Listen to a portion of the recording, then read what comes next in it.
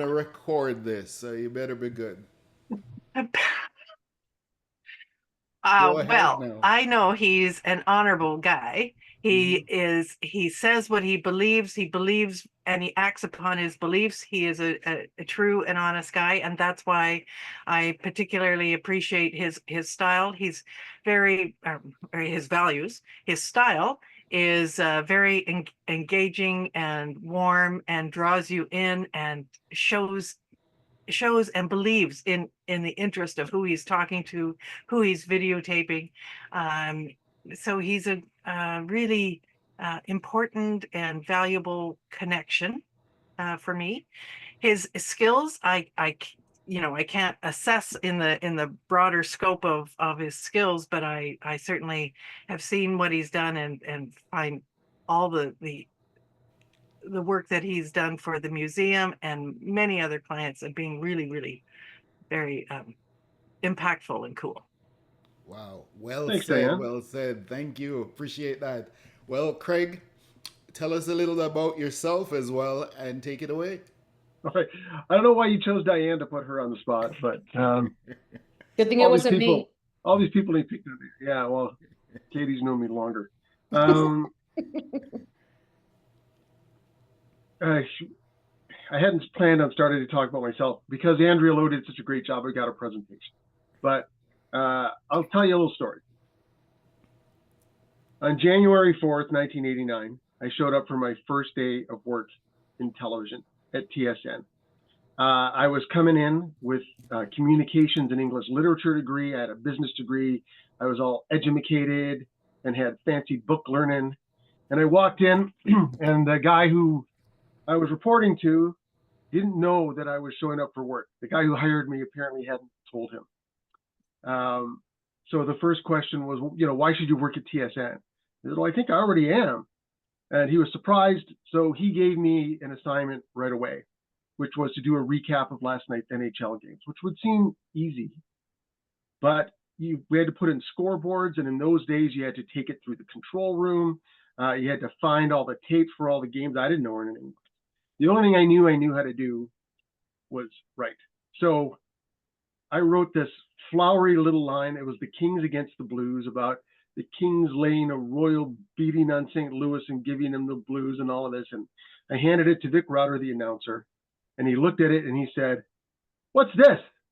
And he grabbed the sports section, and then he went, "Wayne Gretzky had a goal and 2 assists as the Kings beat the Blues 4-3. And I knew right then that no matter what I knew nothing. And the education was starting. 5 years later, I was producing Sports Desk. I left Sports Desk. My last shift in Sports Desk was January 31st. It was New Year's Eve, 1994. On January 2nd, 1995, I started at Discovery Channel. Now, I'd been producing, there were only 3 or 4 national news broadcasts, and I was producing one of them. So, I was teaching people all the time. My first assignment was to do a interview with a fisheries research scientist. My dad's a fisheries research scientist. I can't remember the topic, but I did the research. I found someone. I brought it to my senior producer. She sent it back. I found somebody else. She sent it back. I found somebody else. She sent it back. This went on for 2 days. 2 days of just phoning and researching. I actually went down to my old bosses and said, "Have you filled my job yet?" After 2 days, it was approved, and I had my first item there. So again, I came in with a lot of knowledge, but I realized there's still a lot to learn. 10 years later, I left Discovery Channel. I had the highest rated series in the channel's history, the highest rated Canadian single program, the 5th highest rated program of any kind. The only programs that beat my programs were, the first Walking with Dinosaurs, going to the top of Everest, going to the bottom with the Titanic, things like that. So the point is, no matter what you never know enough. And storytelling and video production are mountains you can climb, and you will never reach the summit, but it's an awesome climb. So let's talk a little bit about, that's enough about me, a little bit about video production. We're going to get to me in a little bit here. So I'm going to share this because Andrea Lowe made this presentation last week, and it made it hard for me because I knew I had to work. Video production for your business, and these are all tips you can use right away. But the first question you want to ask is, like, why make business videos anyway? What's the point? Here's a little research.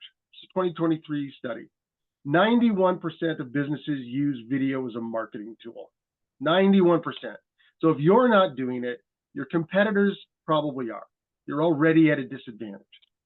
90% say they have a good return on investment, and they're measuring the return on investment with customer engagement, retention, sales leads, awareness, whatever they're using. 9 out of 10 say it's working for them. So reason number one to make videos is your competitors are doing it successfully. So you're giving away an advantage if you're not doing it. Here's a neat little stat. People watch 17 hours of video online per week. When I was doing this, I actually had to go back to the research because I thought it was 14. 17 is an unbelievable number. People with their heads down, a third of what they're watching online is videos. And 95% information retention comes from video, 10% from text. So they're going to retain more from a video than they do from whatever you write. 82% of people have been convinced to buy a product or service after watching a video. So people are watching 17 hours, they're retaining most of what you're saying, and it's convincing people to use services. 89% of consumers, again, 9 out of 10, want to see more videos from brands. They really want you to show them. So reason number two is your customers want videos. They want it. It's easy for them. Here's the big one. This is a big one for me. 87% of consumers say that video quality impacts their trust in the brand. So don't make a bad video. And that's easy to say. Now everybody's probably back on their heels. Oh my God, I got to make a video and I got to make a good one. I don't know anything about it. I got you covered. So business videos don't have to be expensive. You really can do them on your phone, but they must have appealing content. They must be well structured, and they must be well delivered. Those are the three things I'm going to talk to you about today. Just pointers. We're going to go through those right now. So why should you listen to this guy? Like you need videos. They got to be good. There's things to do. Why listen to me? We talked about it a bit already. I've worked on major networks, TSN, Discovery Channel. The programs I've worked on have been seen all over the world on channels like Smithsonian, BBC Earth, CTV, ESPN Plus. I have 20 international awards and nominations. And again, the highest rated series in Discovery Channel history. I'm pretty good. So, and if I don't know more than anyone, I'm pretty sure I know more than you do about this. So are you ready? Let's go. So how do you discover your story? And one of the things we always talk about is, Right, what's your your story? slides are not moving. I'm not sure if you're like moving them or just Do you see this change? no, or just seeing the first slide. You're seeing the first slide. Yeah. Now you Oh. were saying how to discover your story. Yeah. We're still on that? Nobody Yeah. sees this? No. Oh, Right. man. I don't know how this works then. It's Go working. to Craig. from current slide Yeah. to present when you have it from current slide. Yep. Yeah, Is that working? it should. All right. No, wait. No. Craig, Are do you have, sharing do- just that screen or you're sharing maybe the screen you're sharing? I'm going to stop share. Okay, Second. Craig, Yes. do you have two monitors? No, I do have two monitors, Are you but I using- don't have them set up separately. Okay, so I'm just saying, because sometimes the problem is your presentation is on one and the slideshow in show mode is on the other. Let me try it this way. I'm going to share my screen Share your screen. instead of the document. Can you see this now? Yes, now click on start from the beginning. Yeah. Okay, how are we doing? Nah. That's it. This is Yes. the presenter view. Yeah, it's we're in seeing presenter. Now take it out of presenter view. I don't know. Where's the presenter view? Can we do this? How's this? Is this working? Yes, but you'll have to click on the left side. You need to click on each slide as you want it to display. Yeah, that's fine. So if you look at the middle, right, there's a monitor section, there's a checkbox or presenter view. Remove that. It's on use presenter view. Yeah, to clear that. Clear that and then try it. Yeah, and now go start from current slide. How are we doing? Perfect. Yeah. All right. Beginning, yeah. So I'm glad this is recorded so I can show everybody my lack of skills on Zoom. But here we go. I'm just going to plow through those so you can see them again. Why business videos? 9 out of 10 people are using them as a marketing tool. Competitors are doing it. They're getting good ROI, 9 out of 10, however they're measuring it. So your competitors are making videos. People watch 17 hours of video online per week. They retain 95% of the information from video, only 10% from texts. And 8 out of 10 people are saying they've been convinced to buy a service or a product from watching a video. I will, if people want this PowerPoint, I'll send it to Dave. You can get this later. 9 out of 10 consumers want to see more videos from brands. So your customers want videos. It's just an easy way to consume things. And the quality of your video impacts the trust they have. So if you're doing a good video, it makes a difference, right? Don't make a bad video. You can make good videos inexpensive. You can do it on your phone. Maggie makes good videos from her desktop. But they got to have appealing content, which means you got to give them something, right? They got to be well structured. We're going to talk about that. And they have to be well delivered. That's the part that scares a lot of people, but I'm going to talk to you about that. We're going to get pointers all 3. I've already bragged. So let's do this. There's a lot of talk about your story, right? Why should you tell your story? How important is your story?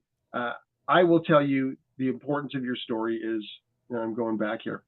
The importance of your story is people, there's no kid that ever went to bed at night and said, Mom, Dad, can you read me some data? We are built for stories. We remember stories.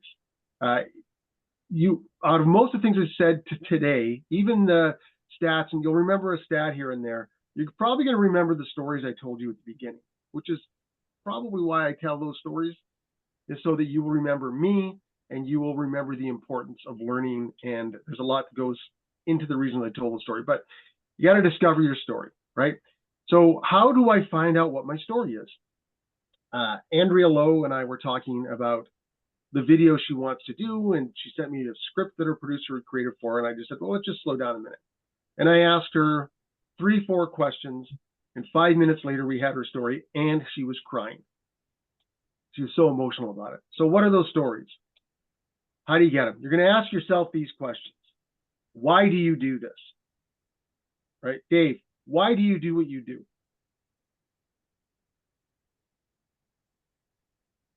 To help people. Awesome, right? Maggie, what made you start doing this? I come to Jesus moment when I burnt out. Awesome, right? That's a story. There's already conflict and vulnerability in that. Neil, when you set out, what were your goals? To be a successful businessman. Yeah. Lawrence, what was your first success?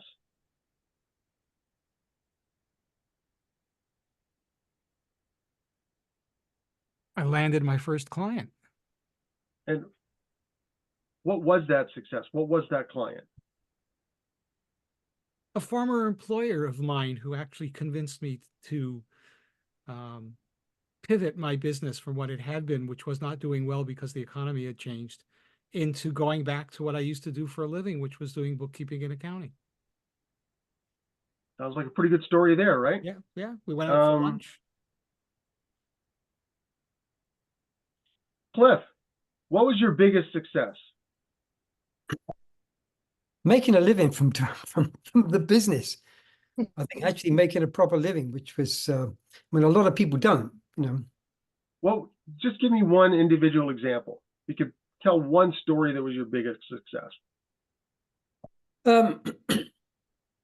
After building a lot of websites, I think one of the things that really did change things was getting people to pay a monthly fee for going onto a maintenance plan. So everything was taken care of for them.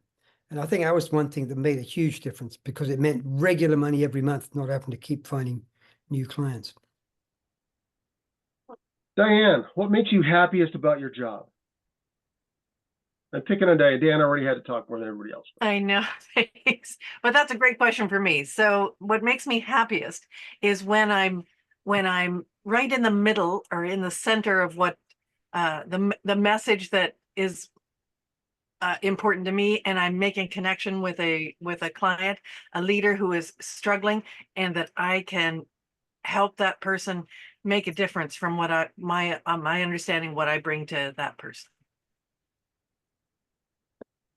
Joe or Karen, what makes you different in your job? Oh, wow. What makes me different is, well, I take photos, every photo, and I retouch them. I make them pop off the page. I make them brighter. I make them darker. Whatever I have to do, I work on every single photo before I start to design it. And then I don't use a template, so that every book is a one of a kind. So that makes me different. And there's always a surprise on the back cover. So that makes me different. And I love doing it. So they're really made with love. You can feel the emotion. So what do you think? What do people think of those answers?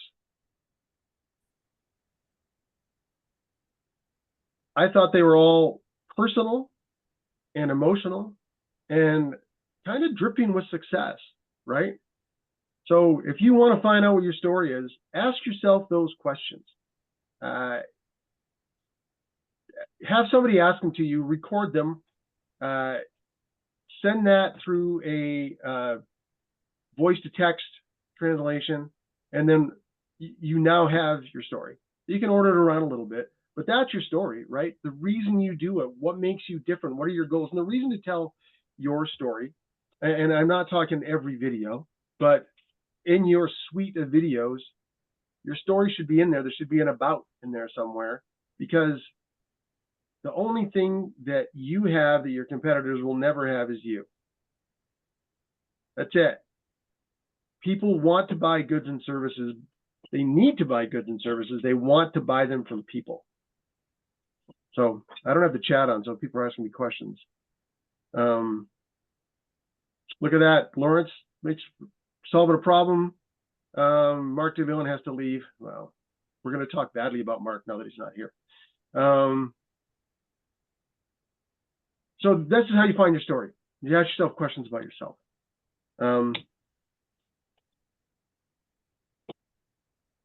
So delivering, now how do you deliver that story to the camera? This is the hard part, right? It is the hard part. Here are the steps that I go through and I would go through, especially if you're starting off. It gets easier as you do this. First, write your script. Write down what you want to say. We'll get to structuring a little bit later, but write your script and then edit your script. Try to tighten it up a little bit, move things around the order, things like that. Read your script out loud many times. Many times. You get used to saying it. You get used to it coming out of your mouth. I had to deliver a big eulogy once, and the only way I got through it was by going over and over it, like getting used to saying those things, right? And we're talking about 1 minute videos, so this shouldn't take very long. Highlight your key phrases. Oh, I really like that phrase. I really want to use that phrase. That's good. That's going to catch people. And then throw away that script. Don't use it. Make point form notes of what you want to say. All right, I know I want to talk about this and this and this.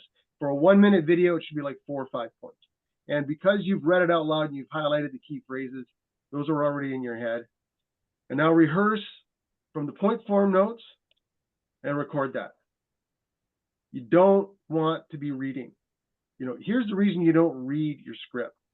Very, very, very few people can read a script to camera and make it sound like they're talking. You see people on TV that make it look easy, but they're the best at it.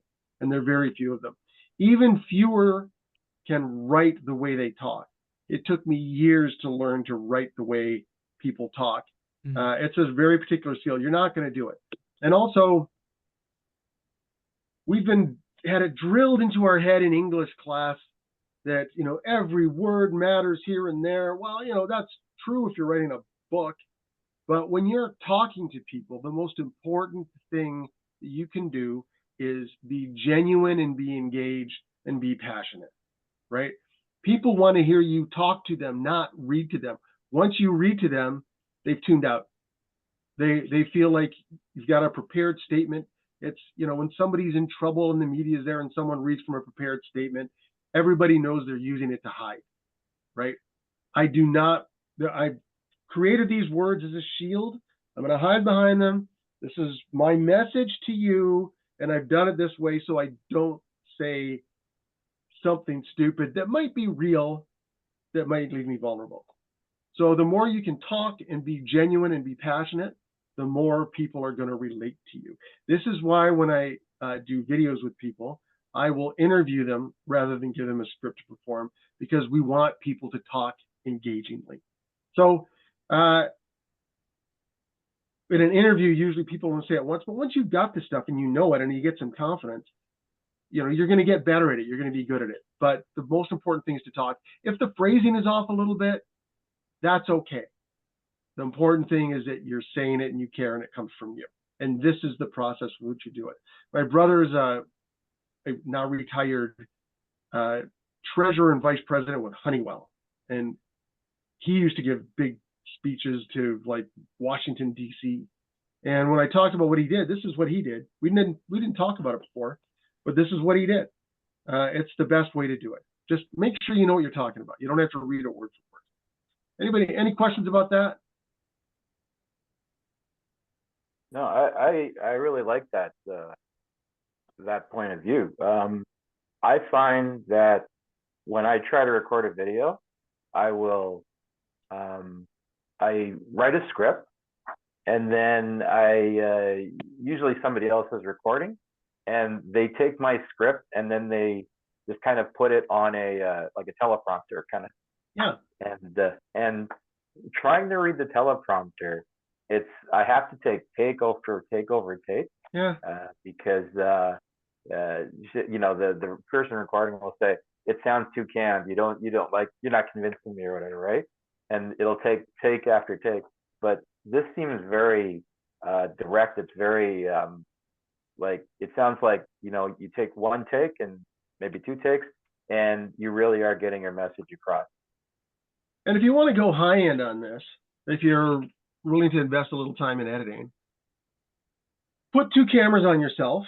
We can talk camera angles later, like one camera angle like this, and then one like this, and then just cut back and forth between the cameras so you can do as many takes as you need and just take the best parts of each. That when we do interviews, we always roll two cameras now.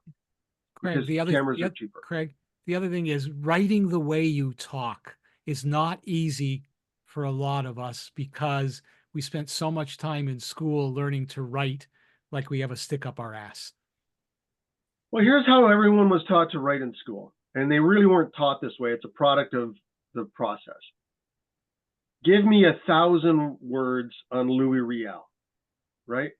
So most of us being either, call it what you want, somewhere between efficient and lazy, we want to get as many words of an idea as possible. Yeah.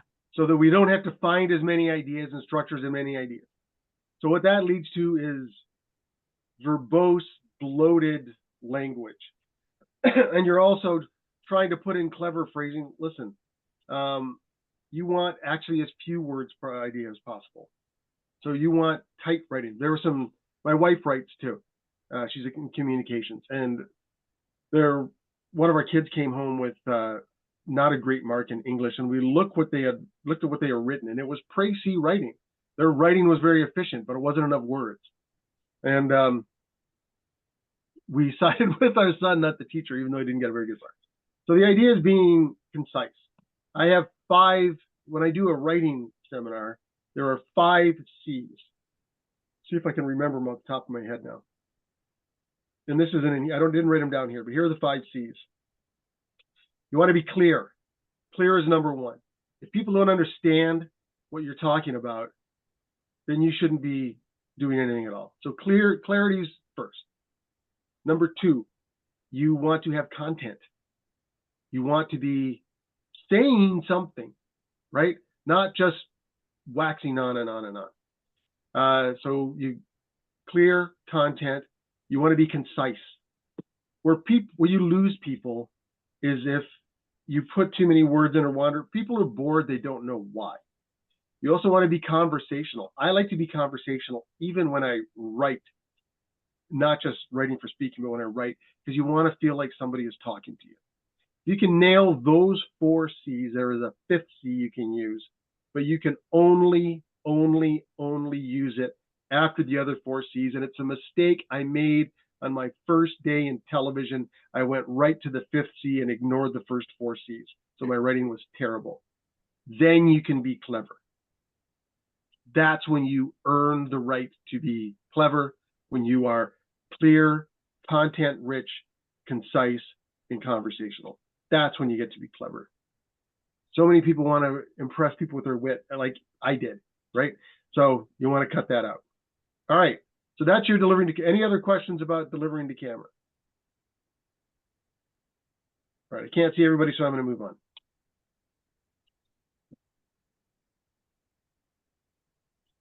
Structuring a video. All right. Now I got to write it, right? What am I going to write in this? What am I going to write in this thing? Here's the most important question you can ask. Does anybody know the most important question? Anybody brave enough to give it a shot? Why should they care? What was Joe's? What's in it for me? That's a business question. Lawrence is the closest. Why should anyone watch this?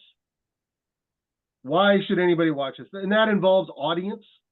That involves message. Why should anybody watch this? Right? Get that as close to the top, if not at the top of your story. Because people are really good at turning things off. Like there's 7 people watching 17 hours of video, and it's not because there's only 17 hours produced, because there's a lot of video. So people can click through very quickly. So try to answer that. Why should anyone watch this? Don't start by introducing yourself. I see this all the time. This is what the number one thing I talk people out of is, hi, people think they're starting it the way they started video because you're on a video. You're not doing a conversation. You are doing a broadcast, right? 2 things about introducing yourself. If you're not famous, people don't care who you are. If you are famous, people already know who you are. So don't introduce yourself. You can introduce yourself later, or you can just font yourself. Often I won't introduce myself at all. Do start with a hook. That's back to the important question. Why should anyone watch this? Anybody have any ideas what a good hook is?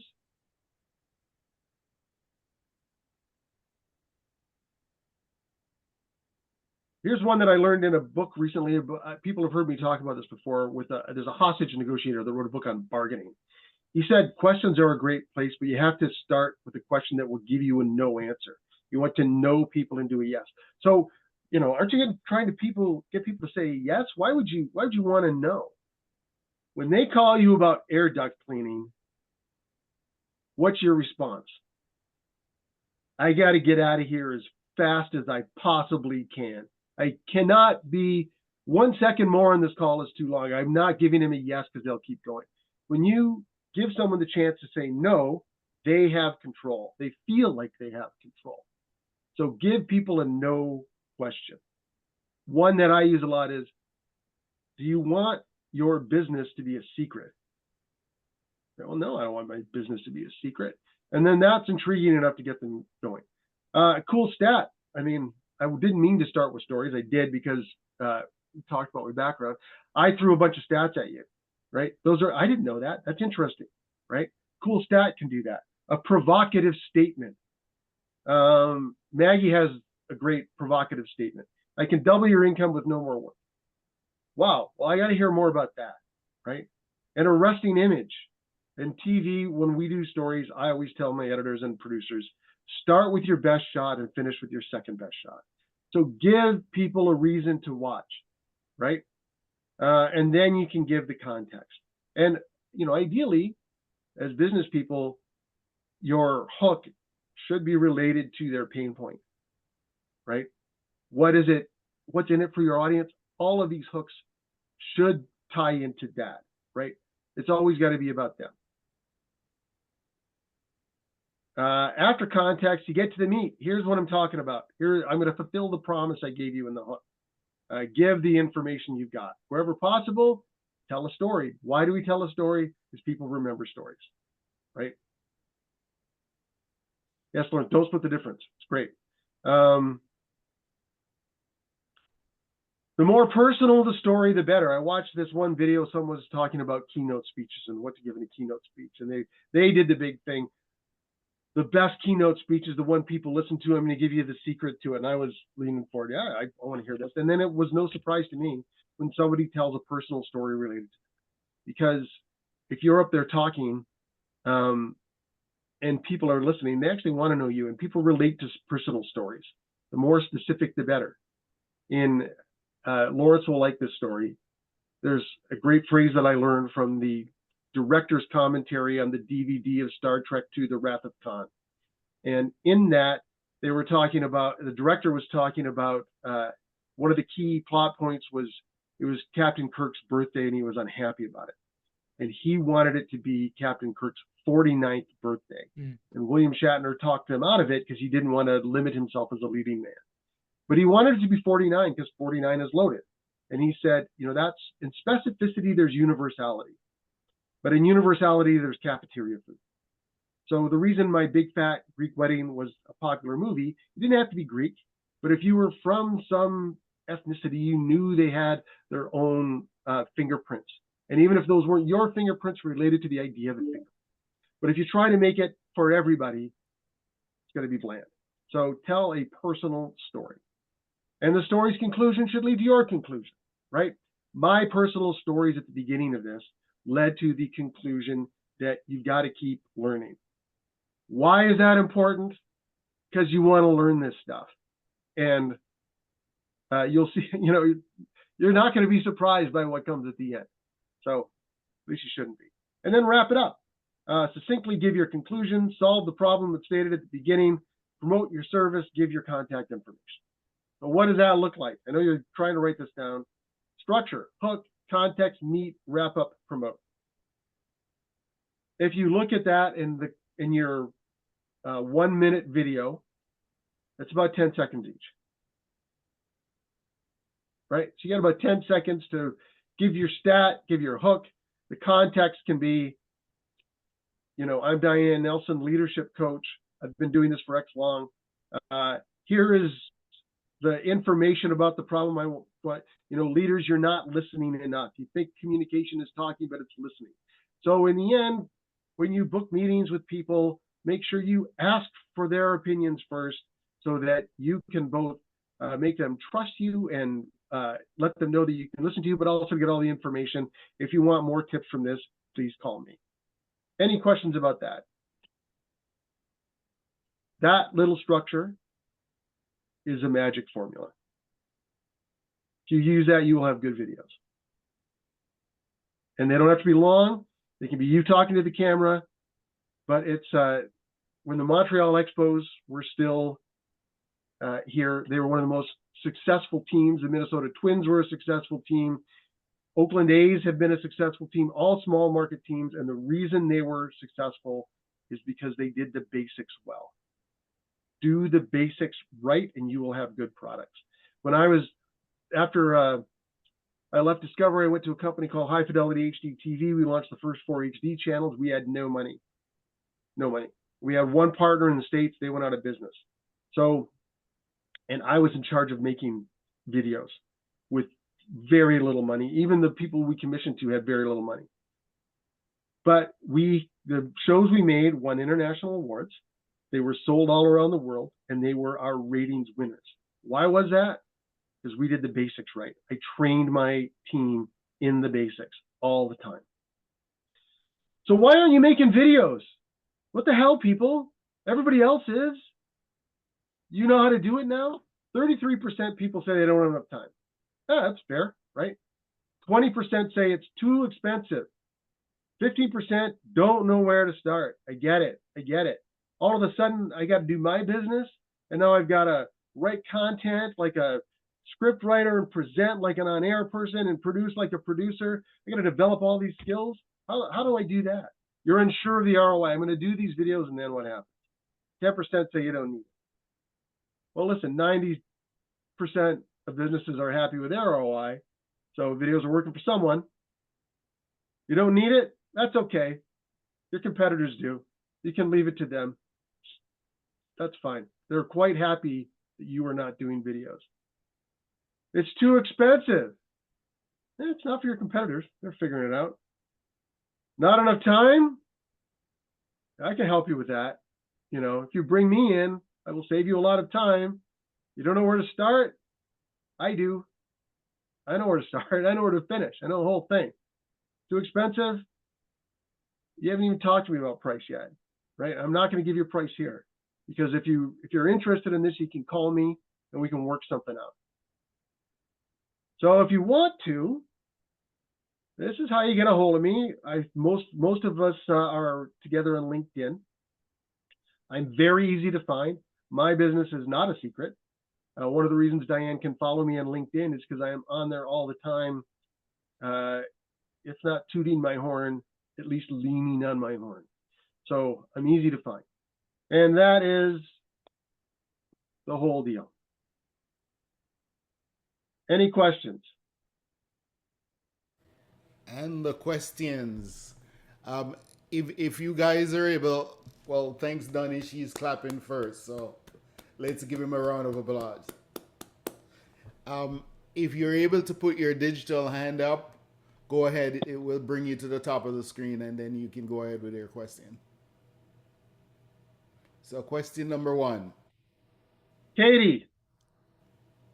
So, Craig, you know, this, when I did this recital, I had nobody to do the video for this. It was a last minute. I had to get someone just to come in with their phone. And how do I do this? Because I wanted to do it right. I can't get you all the way up to Dryden.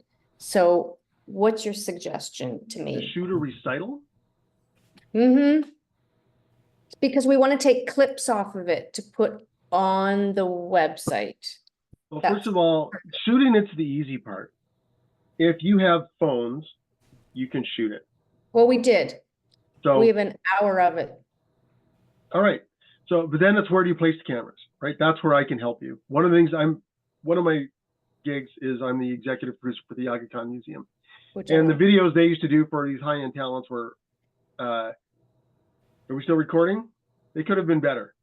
So one of the things that I work with them on is where the cameras are placed. That's pretty important. So you could work with me on placing those cameras. I can tell you 3 camera spots right now. Place one right at the end of the keyboard so you can see the hands. Put another one top of the piano so you can see the face. Put another one, you can even have it on the piano facing out so you can see the audience. And then put another one in front of the stage so you have a wide shot. You now have a 4-camera shoot. It's all in your phone. That's it. But I need 4 phones. Yeah, right? You need 4 phones. I can't help you with that part. But you've got it. You've got to, I mean, you are there. I'm the only person. Like I'm the everything. But there are people who else is interested in having that video? Well, the families, of course. Do they have phones? Yes. But I have to organize. Yeah, listen, I can't say that it's not going to be no work. It was work just because I'm the piano player, I'm the teacher, I'm the everything. So doing that at the end was, it was crazy. Yeah. But once you set it up, I mean, it's really just pressing play, and then you need a clapper in front of all the videos, all the phones. So whoever's editing it can sync them up to that, and then somebody cuts it, right? You know, students know how to edit things now. But what about the audio? The audio was crap. Well, listen, there are mics you can buy that hook up to your phone, and you really only need one microphone, and that's on the piano, right? No, it's all the singers. So 90% of it is singers. All right. So is it a group sing or is it a piano recital? All individual singers. All right. So now, is there a microphone for the audience? What? Are they singing into a microphone or are they singing without a microphone? Singing into the microphone. Put a microphone on the speaker. The And you speakers might- way up, the speakers are way up in the ceiling. Like it's a pretty big. Or get a microphone and string it up and put it beside the other microphone. So I need a microphone for the phone, for my phone. I mean, if you want the best audio, but what you're talking about isn't what I'm talking about. I'm talking about videos to promote your business. If you want a production video like that, then you're going to have to get a couple things. Well, But you can still shoot it on your phone. It is to promote what I'm doing because the family. You're Right. talking about filming a concert. If that's the case, then you have to talk to your people who are invested in the outcome and coordinate them, right? Yeah, And you can put a, Katrina, you need a one-on-one, and then you need a project with Craig, and he'll get that done for you. yeah. So if you have anybody up, if you've got a bunch of phones and a bunch of people, I can help you coordinate that. And I can direct as much of it on the phone as possible. But the audio won't be good if you don't have a microphone on the piano and on the singer. Katie, I used to do bookkeeping and accounting for a bunch of event production people. And what you're asking for is something completely different than what Craig was talking about. You're filming an event, which is an order of magnitude different. Yes. I have to film the event because we just want to pull clips. We're not going to put on the whole event. I understand that, but even though you're not filming it for other people to see the event,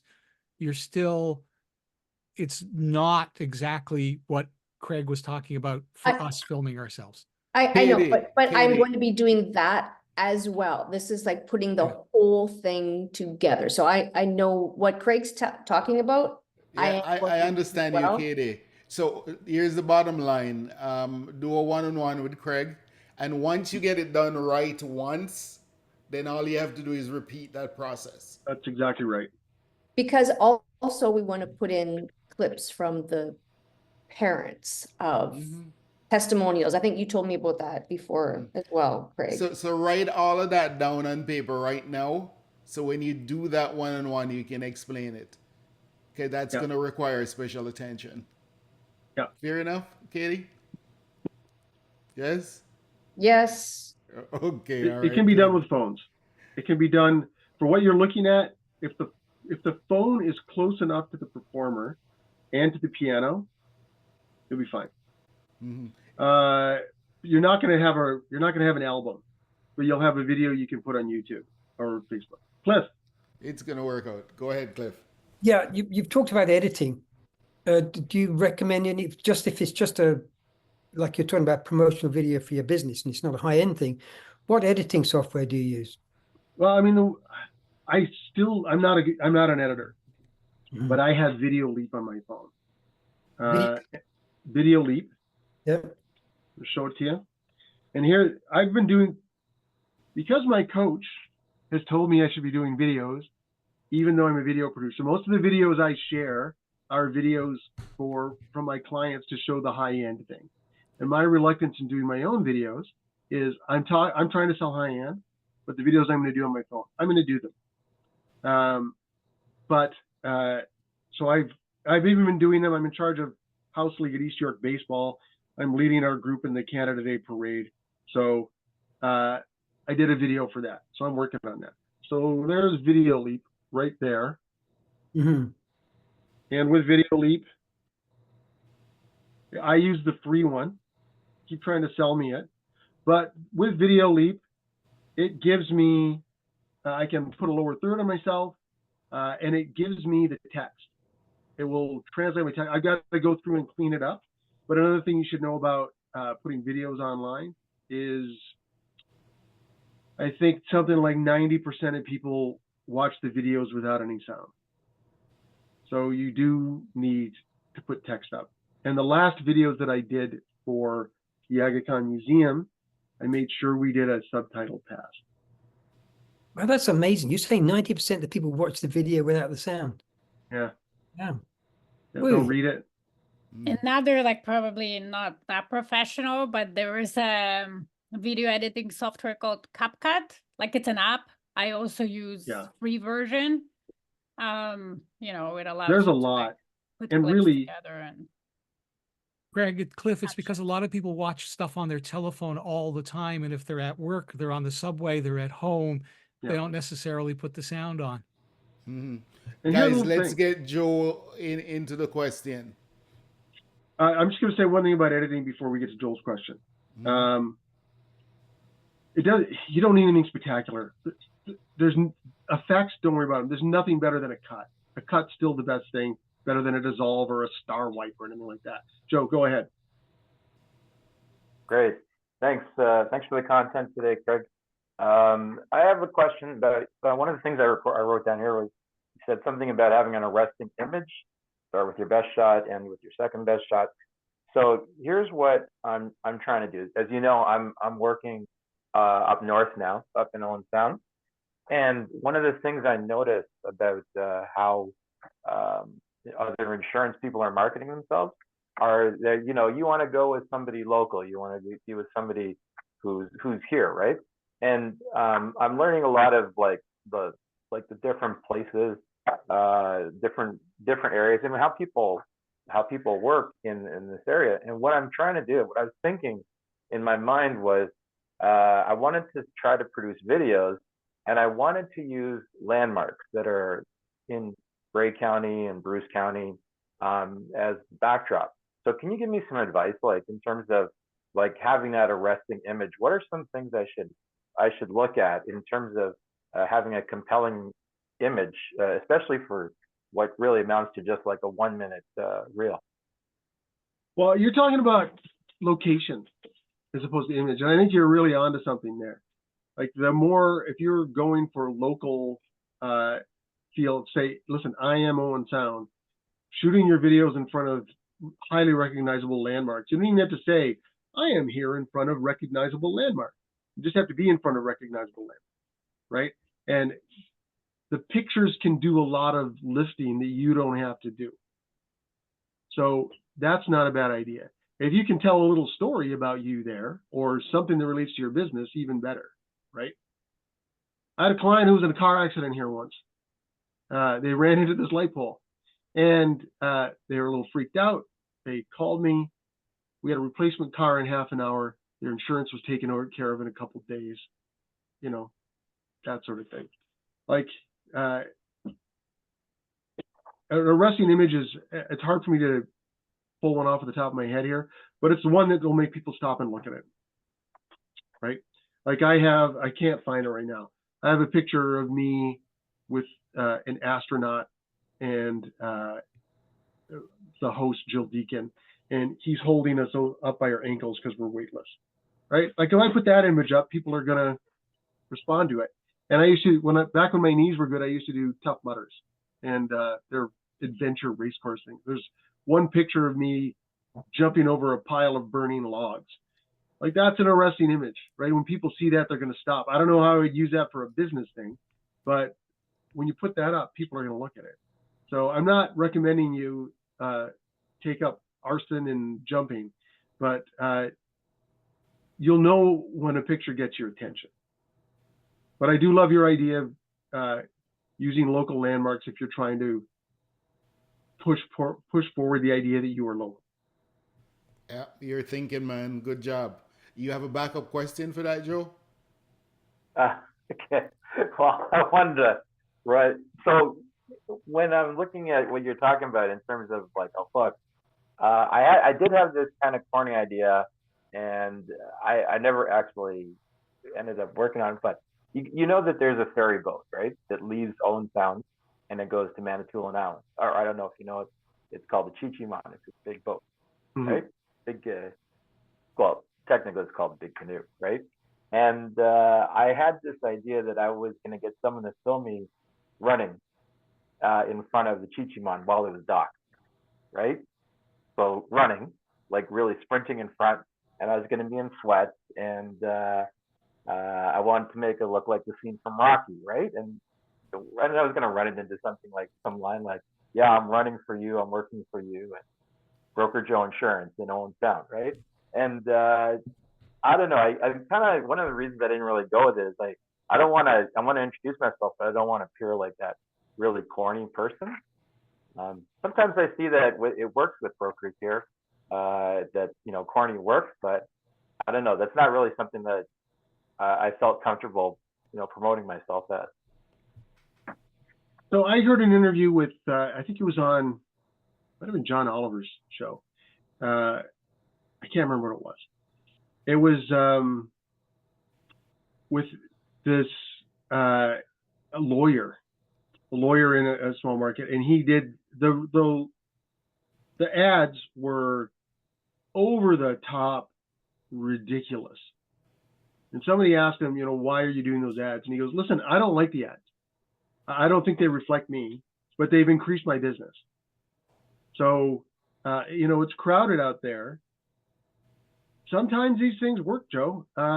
You know, that I can't answer that question for you. That is entirely up to you. You know, the biggest thing, you know, does it work? Is it a resting image? Yeah, that's a little different. Does it reflect your personality? Would you have fun doing it? Sure. Yeah. Is it going to be negative for you? I don't know. I'm not from Owen Sound. I don't know what that's like. That's your call, Joe. It's your call. It might work. It might not. So just do it, man. Craig, we have Just time do it. for You can like always one more change. question. Go ahead, Maggie. I just wanted wanted to say, if you have the idea and you think it might work, just test it. Yeah. You can always change. If it doesn't work, it doesn't work. You just switch it. Yeah, run it by some people you trust and somebody who doesn't like you. Because the people who, you know, sometimes, you know, if you want honest criticism, go to the people who are going to criticize you. Yes. Yeah. You know, the book that I wrote, I sent it to 7 people to read, and I asked them to please tell me what sucks. Right? You want it to, the last place you want it to suck is in front of an audience. So just show it to some people and see, and even before they tell you anything, watch them watch it. And I don't get to watch my programs with people very often, but when I do, like, I know the show, I'm sick of it by the time I'm done with it, but I like to watch people watch the show so I can see if they look at their phone, if they start a conversation, if they're laughing, all of those things, right? Okay, so Craig, one last question, and then we're gonna mastermind on Hook. But one last question, and then we're gonna go like Hook. What's your hook? And then we're gonna go around the room for like 10 seconds, and you just tell us briefly what you do. But one last question. Who has that question for Craig?